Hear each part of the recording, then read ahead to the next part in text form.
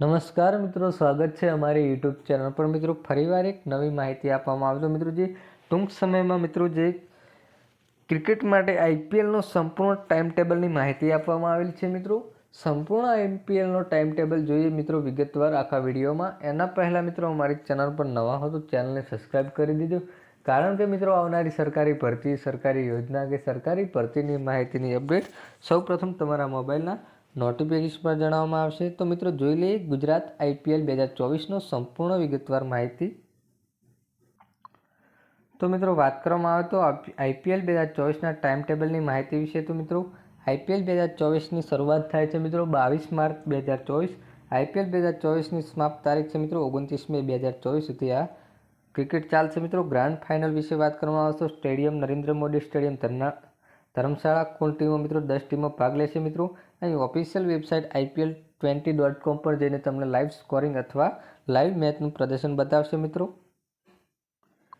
IPL 2024ના મિત્રો મેદાનો વિશે વાત કરવામાં આવે તો મિત્રો કેટલા મેદાન પર મેચો રમાવાની છે। મિત્રો પહેલાં તો જો દિલ્હી અરુણ જેટલી સ્ટેડિયમ, મુંબઈ વાનખેડે સ્ટેડિયમ, હૈદરાબાદ રાજીવ ગાંધી આંતરરાષ્ટ્રીય cricket stadium, Chennai MA Chidambaram stadium, Kolkata Eden garden, Ahmedabad Narendra Modi stadium, Mohali cricket association Bindra stadium, Bangalore MA Chinnaswamy stadium, Guwahati Barsapara cricket stadium, Lucknow Bharat Ratna Shri Atal Bihari Vajpayee એકના ક્રિકેટ સ્ટેડિયમ।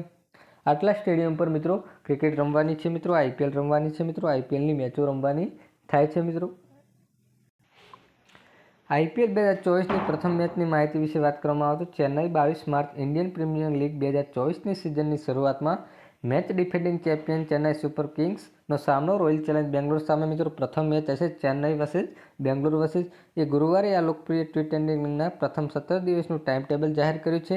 આગામી 2024 લોકસભાની ચૂંટણીની તારીખો જાહેરાત બાદ આઈપીએલ મેચનું શેડ્યુલ આવતા મહિનાની શરૂઆતમાં જાહેર કરવામાં આવશે।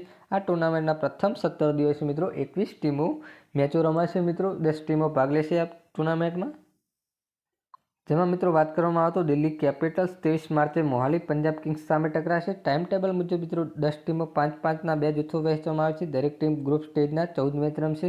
દરેક ટીમ પોતાના ગ્રુપ અન્ય 4 ટીમો સાથે 2 વાર ઘર આંગણે અને હરેક ટીમ મેદાન પર રમશે। તેઓના બીજા ગ્રુપમાં 4 ટીમો એક વાર ટકરાશે, જ્યારે બાકીની 2 ટીમો 2 વાર જ સામે સામે ટકરાશે।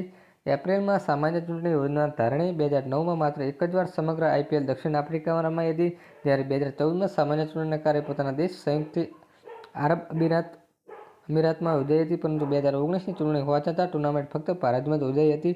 મિત્રો સંપૂર્ણ ટાઈમ ટેબલ અહીં આપવામાં આવે છે। મિત્રો બાકી 21 મેચોનો અહીં ટાઈમ ટેબલ આપવામાં આવે છે। બાકીની મેચોનો મિત્રો આવતા અઠવાડિયામાં ટાઈમ ટેબલ મિત્રો મળી જશે। મિત્રો આવી કોઈ પણ માહિતીની અપડેટ જોતી હોય તો મિત્રો ચેનલને સબસ્ક્રાઈબ કરી દેજો।